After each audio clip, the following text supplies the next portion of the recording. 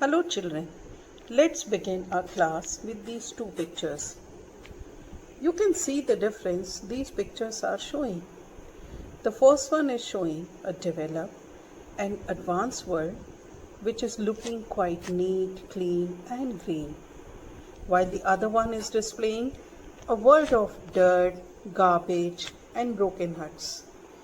It means this is a world of poverty called as a slum. In this picture also, we can see how these children are sitting in a slum surrounded by squalor and garbage everywhere. In fact, the moment we call slum, certain features flash before our eyes, like broken huts made of mud, plastic or tarpaulin, narrowed lanes choked with garbage, stinking and unhygienic surrounding, want of basic amenities like food, cloth and shelter, no suitable atmosphere for proper education, and therefore there is a least possibility of a better life. The reference of slum we can see in one more chapter given in Flamingo, Lost Spring, written by Anis Jung. When she visits a slum of Simapuri of ragpickers, she writes, "In structures of mud with roofs of tin and tarpaulin, devoid of sewage, drainage or running water, live 10,000 ragpickers." And when she visits Bangalmaker slum at Firozabad, she writes, "We walk down stinking lanes choked with garbage, past homes that remain hovels with crumbling walls, wobbly doors, no windows, crowded with families of humans and animals coexisting in a primeval state." Let's see a similar kind of slum in a poem called An Elementary School Classroom in a Slum, written by Stephen Spender. This is the poet Stephen Spender. Sir Stephen Harold Spender was born in 1909 in London, England, and died in England in 1995. By profession, he was a poet, a novelist, an essayist, and a teacher. He is known as an extreme socialist and pacifist. Pacifist means one who is against war and violence. He basically wrote against social injustice and inequalities. Dear children, you can see a book here. It's The God That Failed. This book is written by 6 essayists and Stephen Spender is one of them. These essayists wrote basically against communism. And this book is referred in one of the chapters of Flamingo, Poets and Pancakes, written by Ashoka Mitran. In this chapter, the book is referred, as well as the poet also visits Gemini's studio, and a humorous description of his visit is given in the chapter. In fact, as an editor of the Encounter, he had invited entries of short stories from all over the world, and Ashoka Mitran was one of them who had sent his story to him, and which is described in this chapter quite humorously. If we look at this poem, the poem was first published in 1964 in Stephen Spender's Poetry, Selected Poems. It's a collection of his poems.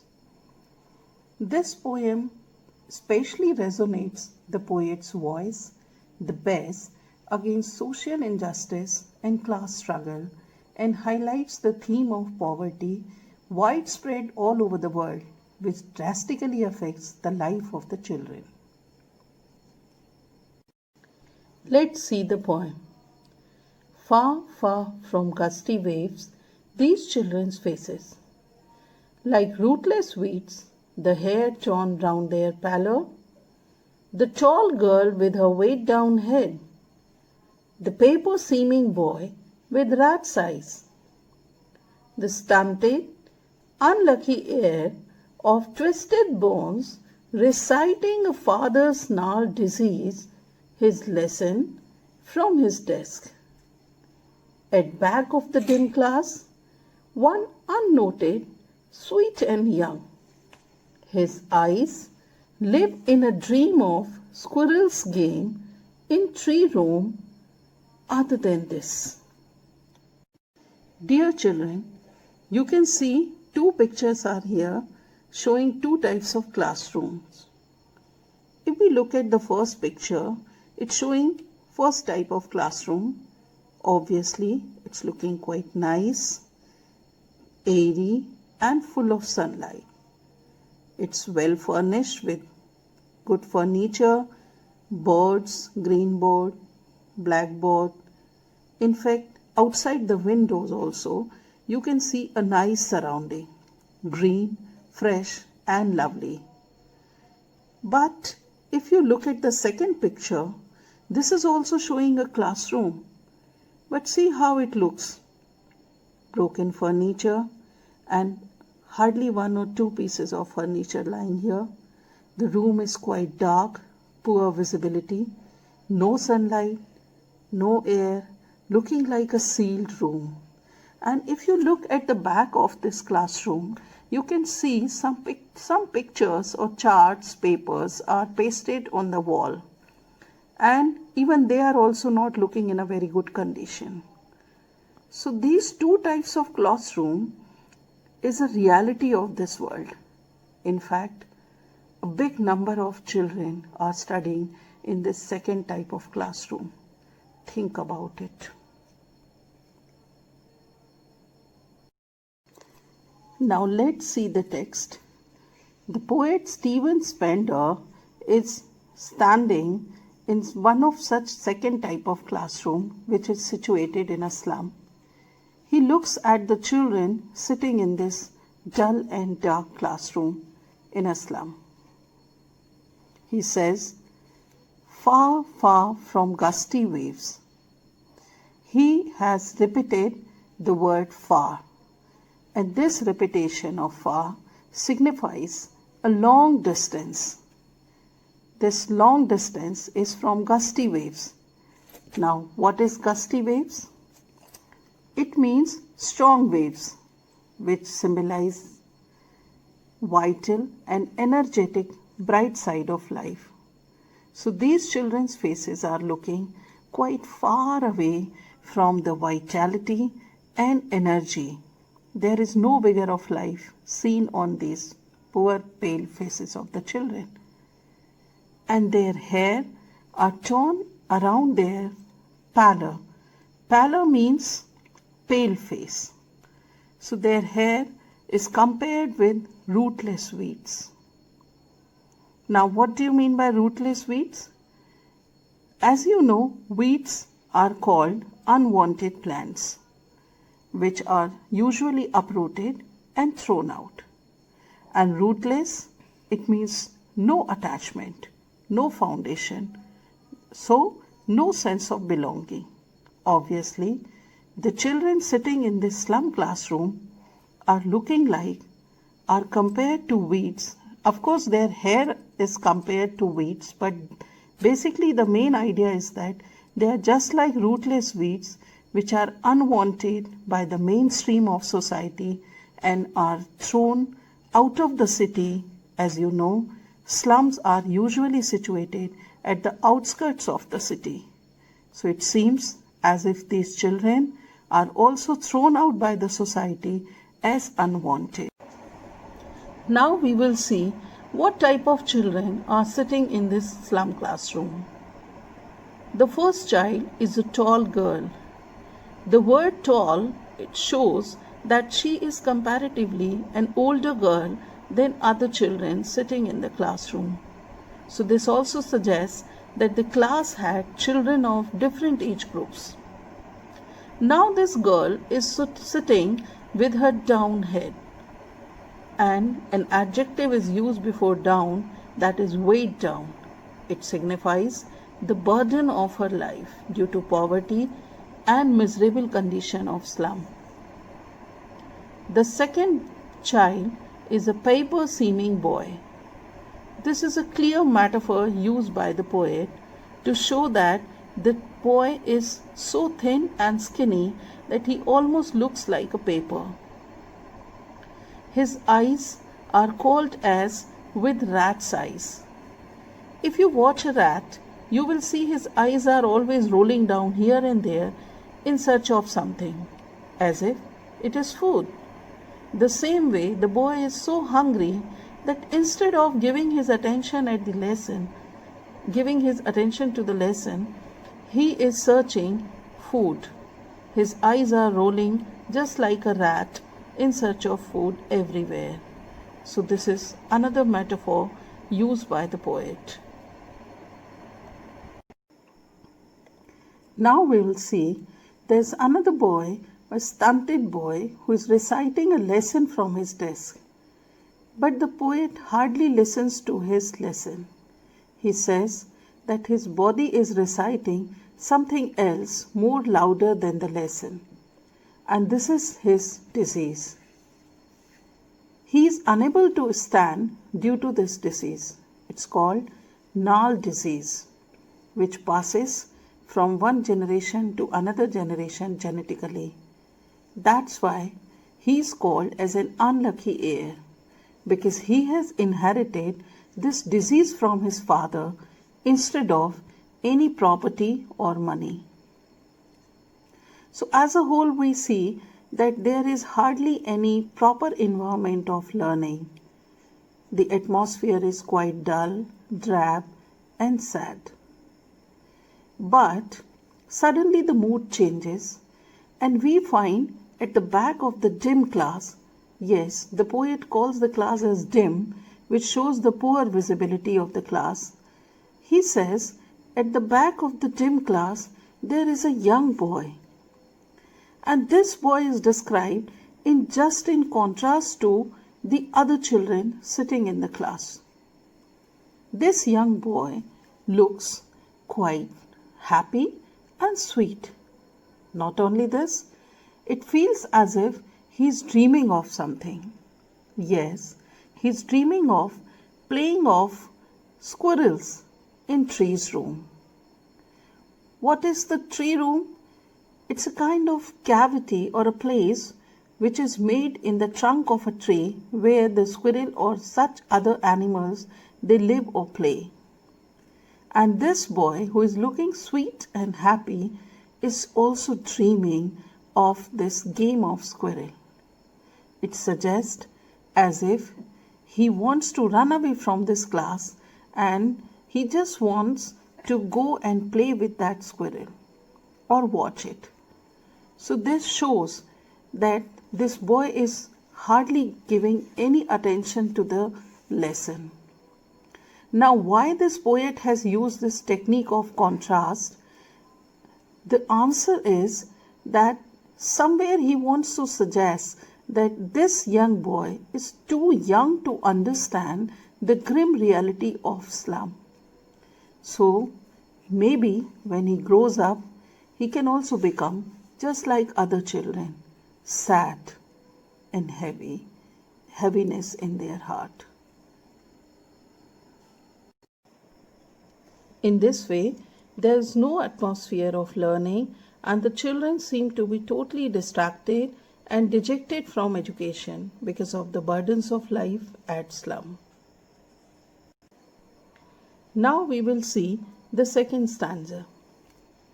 On sour cream walls, donations. Shakespeare's head, cloudless at dawn, civilized dome riding all cities.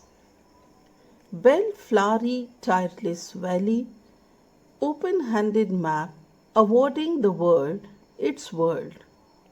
And yet, for these children, these windows, not this map their world, where all their futures painted with a fog, A narrow street sealed in with a lead sky, far, far from rivers, caves, and stars of words. Now we'll have a glance inside the classroom. The poet begins on sour cream walls. These words show poor condition of the walls, which is uncared. In fact, the word sour, it symbolizes a dirty yellowish color, which signifies that the wall was not painted. It was because the school was situated in a slum. So it suggests the decaying aspect, the deterioration in the color of the classroom walls, which symbolizes the pathetic condition of the lives of slum dwellers. Now, if you remember, in the beginning, I showed you a picture in which a slum classroom was seen. And there you could see in the back of the classroom on the walls, some posters or charts were hung. Here in this classroom also, some posters or pictures are hung on the walls, which are described by the poet in the following way. The first poster he has called as Shakespeare's head. That means a Shakespeare's portrait was hung on the wall. And head, it is because usually you will see that Shakespeare's portrait are made up to his shoulder only.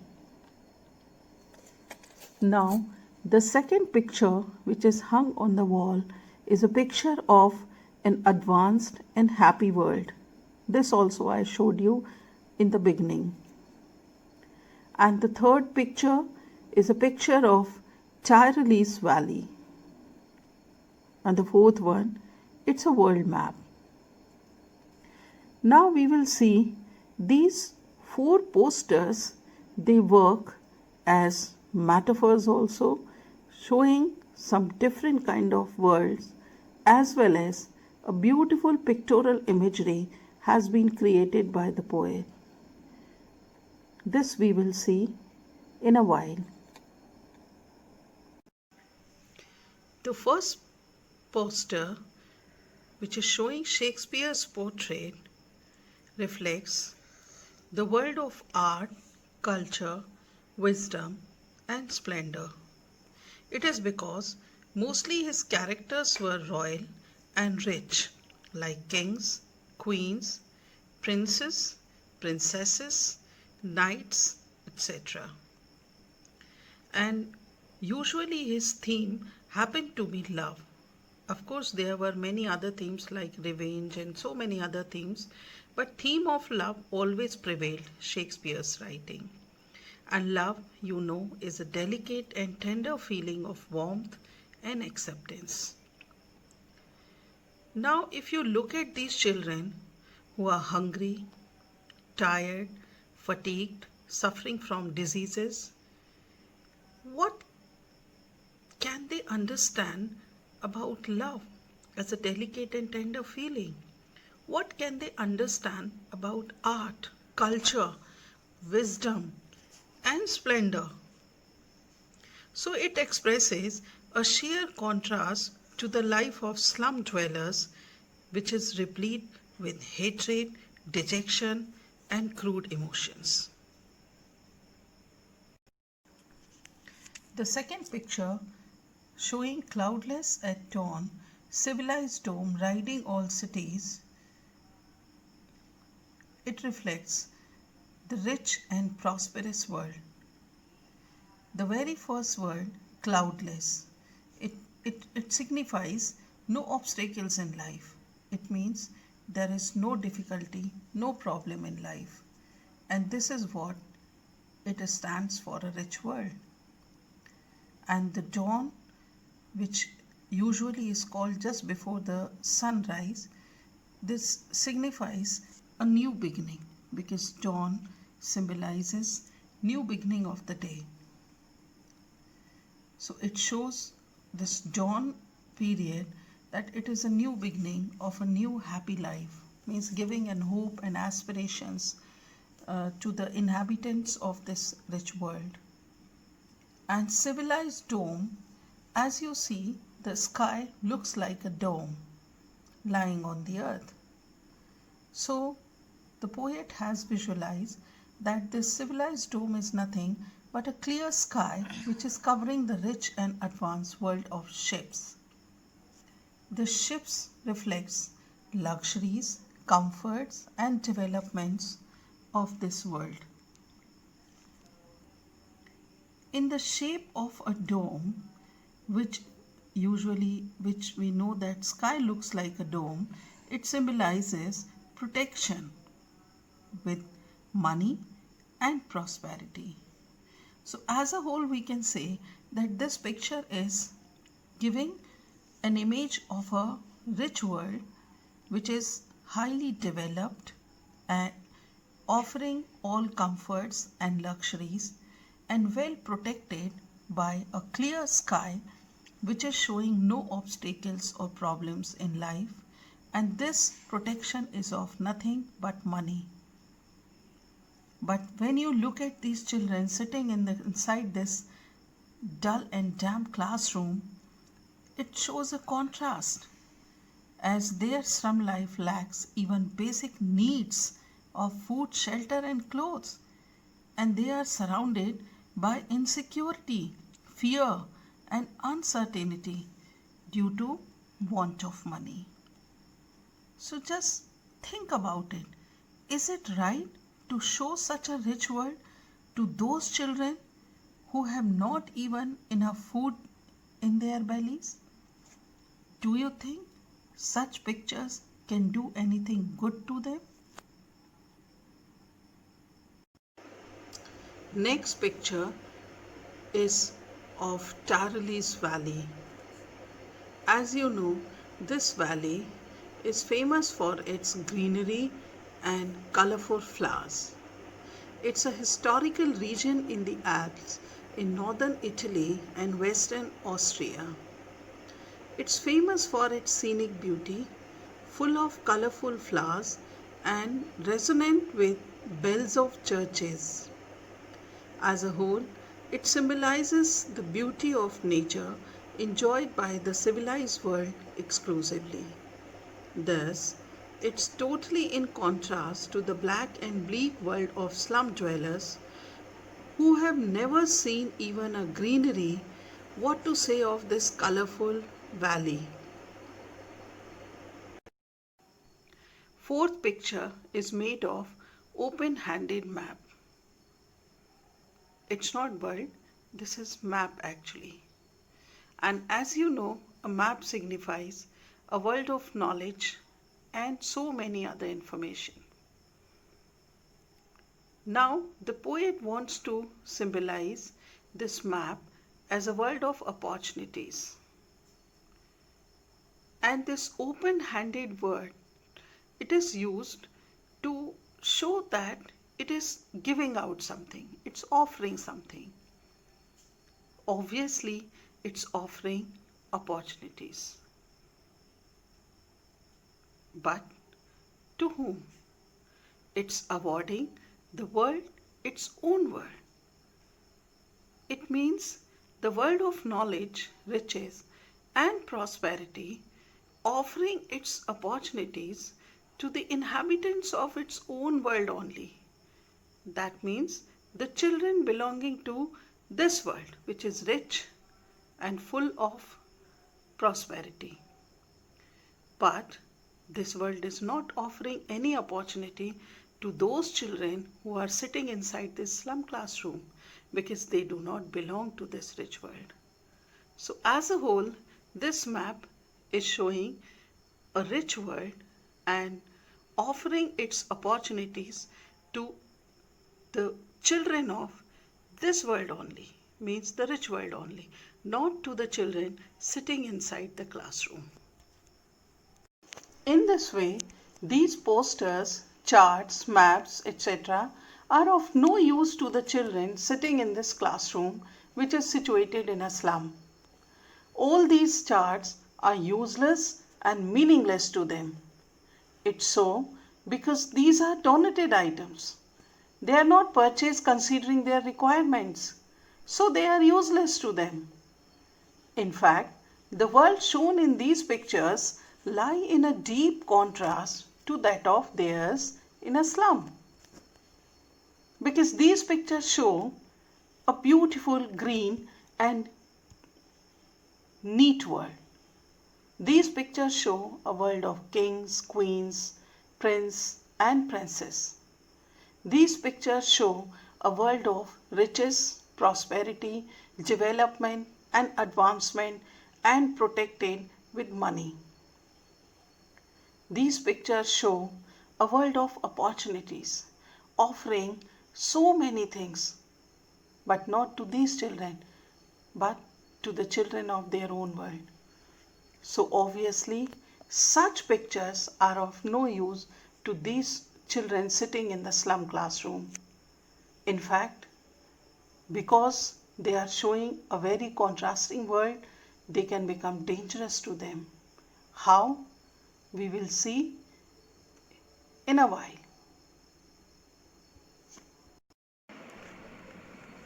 Next, the poet talks about the world of these children.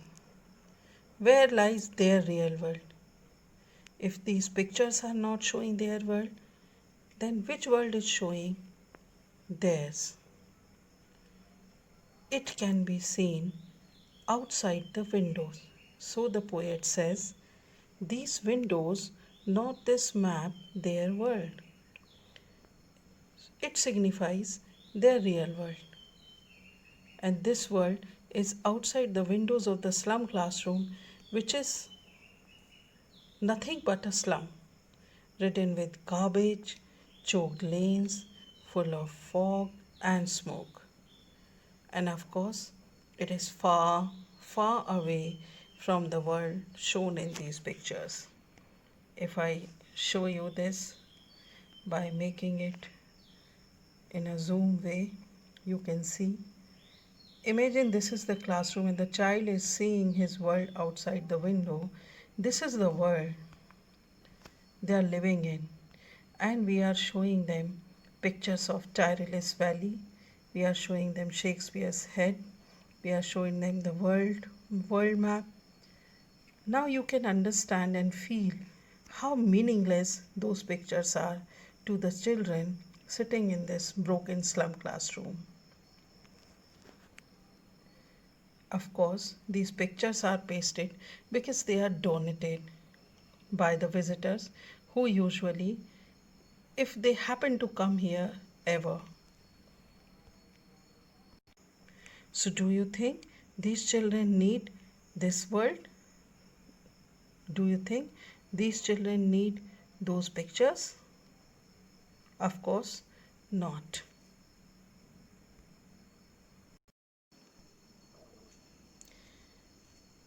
Further, he describes their real world, which is seen outside the windows of the classroom, as a narrow street sealed in with a lead sky.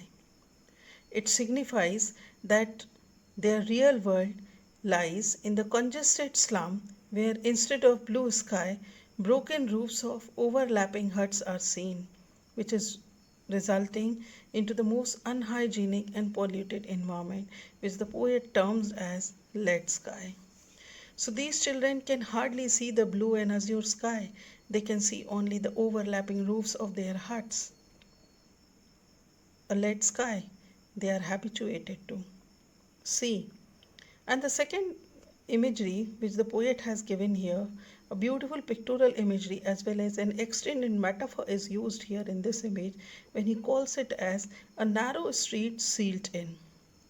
It symbolizes restricted world which is not allowing them to come out of it. Yes, the poet feels that this congested slum, it's making the children trapped into it and they are unable to come out of it. So this is their world, not the world shown in the map of the charts.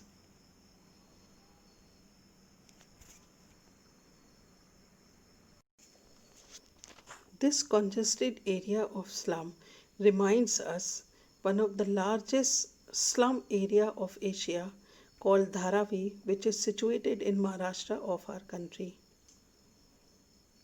And these days, what coronavirus is spreading its disease, we can see how this slum area is at the topmost dangerous hot zone position.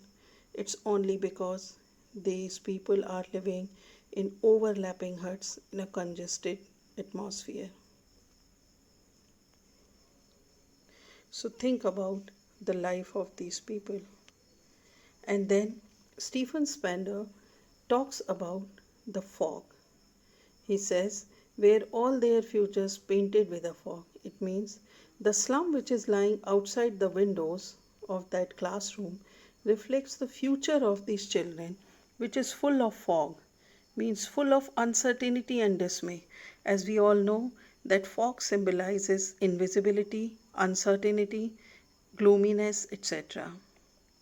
As this slum is situated in a European country, which is a cool country, fog and mist are very usual things. And fog always symbolizes obstacles or something which is not clear. So, obviously, the poet wants to say that the children sitting in this classroom, whose real world is lying outside the windows, which is painted with a fog, is foretelling that their future is quite uncertain. They don't know what will happen tomorrow, and they are busy in their struggle for today, for today's life. So it's again in a deep contrast to the world shown in Green Valley and shown in the Shakespeare's world and shown in the world of opportunities in the world map. That's why these pictures are of no use to these children. Then the poet says, far, far from rivers, caves, and stars of words. It means the slum is far away from rivers, from caves, and from stars of words. Now we will see what does the poet mean by rivers. It generalizes entire nature and its beauty.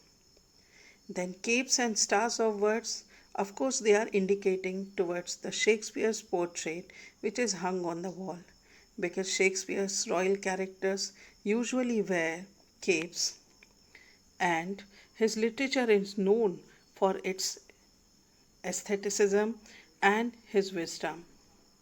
So stars of words somewhere it signify the world of art, the world of knowledge, and the world of intellectualism or the world of intellect.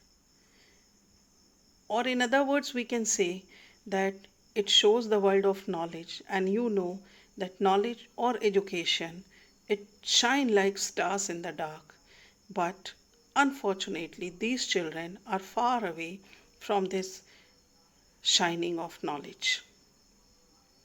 So once again the poet has repeated the word far, which obviously symbolizes a long distance between the world of caves, the world of nature, of rivers, beauty of nature, the world of stars of worlds, the world of wisdom.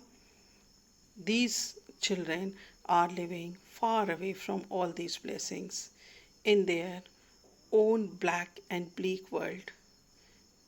So this world of intellect is almost inaccessible to these children of slum. In this way, all these pictures which are shown are good examples of visual imagery which is projected through metaphor and symbols. There is one word, belt, in Tyrolese Valley use which shows auditory imagery. And many places you can find alliteration which you can do as an assignment.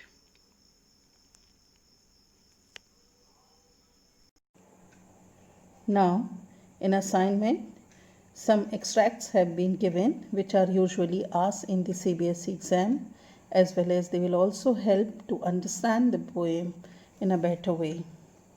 So some beginning lines of the poem are given here, and questions based on these lines are like, where are these children sitting? What's compared as rootless weeds, and which figure of speech is used in these words? And what does the poet mean by saying weight down head?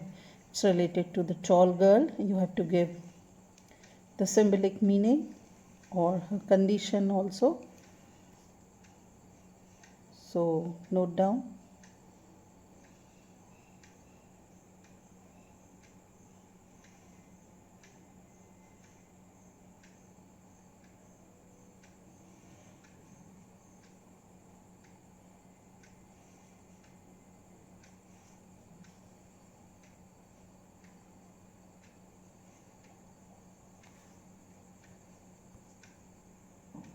Second question is also another extract from the same first stanza.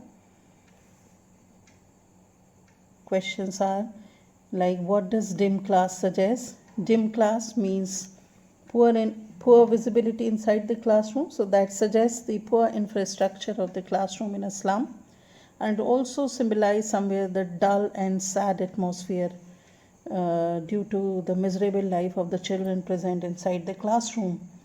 Then, who is sitting at the back of the dim class? Why is he unnoted? And his eyes live in a dream. What dream does he have? This is all talking about that young boy who is in contrast to these children, looking quite happy and sweet.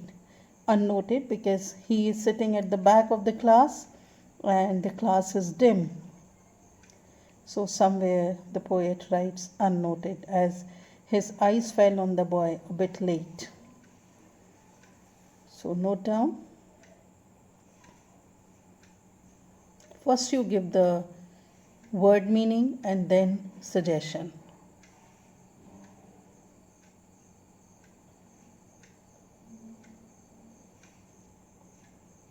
A question can be asked from the tree room also. So it's a cavity in the trunk of a tree where the squirrel plays or lives. One more phrase is there, other than this. This shows that this sweet young boy is different from the other children, as other children are looking quite sad and suffering from different things, but this boy is, in contrast to them, is different, looking sweet and young. Now another extract from the second stanza. Questions are, what is Shakespeare's head? You have to give the symbolic meaning of Shakespeare's portrait, means which world he refers to. Then write any one special feature of the Charles Valley, like full of colorful flowers, resonant with the bells of churches, greenery and all that. Any one or two features you can give. Here one feature is asked, so give one. Which figure of speech is used in the word belt? Already given, it's related to sound, already discussed in the video. And what's the symbolic meaning of cloudless? Cloudless, you have to give the symbolic meaning.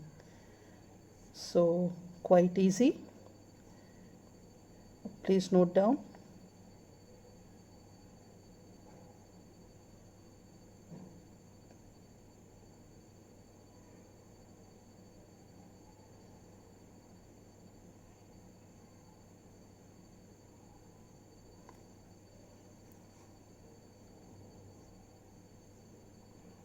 Now the last extract from the second stanza. Final lines are given here, and the questions are, what's the real world of these children? You have to give, out of the windows of the classroom, which world is seen, and that is the real world of these children. Then how does this world differ from that of a map? Here you have to give symbolic meaning of a world shown by a map, already discussed in the poem, and you have to differentiate it with the world present outside the windows of the classroom. that is slum. And then you have to explain the term lead sky and give its figure of speech also. And then what does the poet mean by stars of words? 3-4 meanings and suggestions are given in the video. So you go through that and give any one aspect of it. Basically, it denotes to knowledge, which shines like a sun. Which shines like the sun.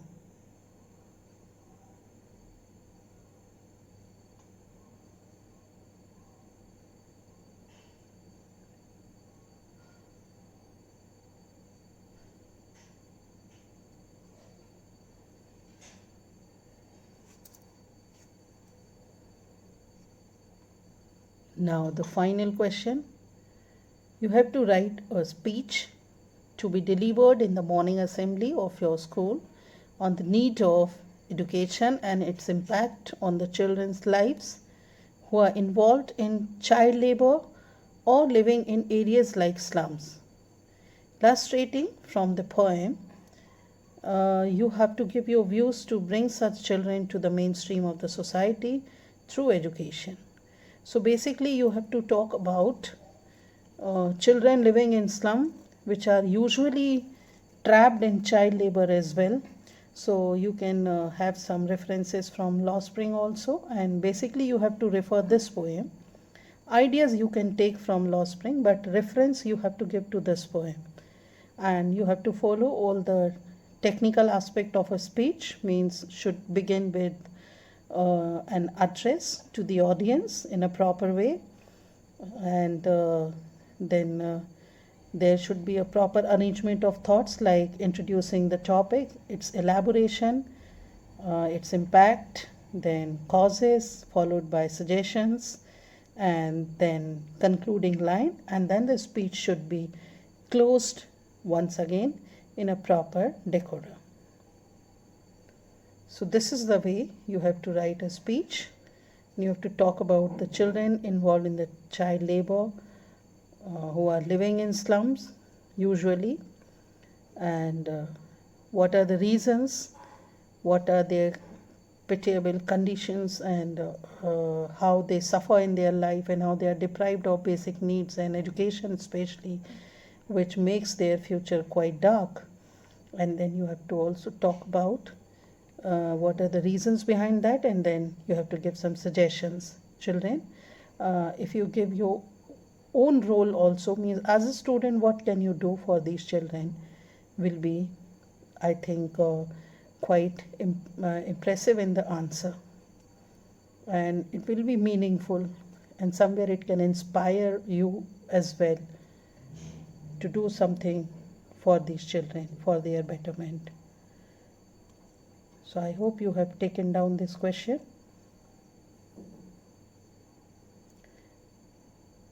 And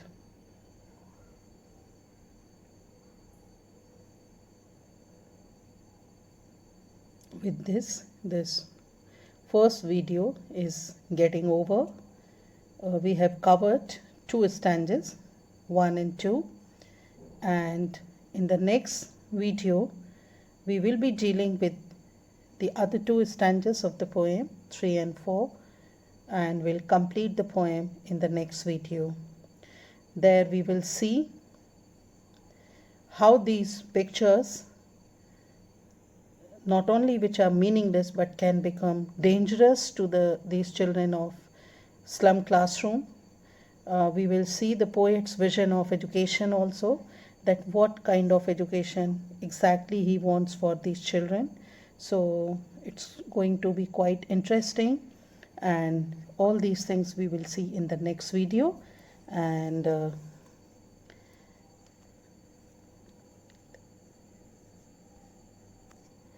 so I take your leave here, and so this was the presentation by me.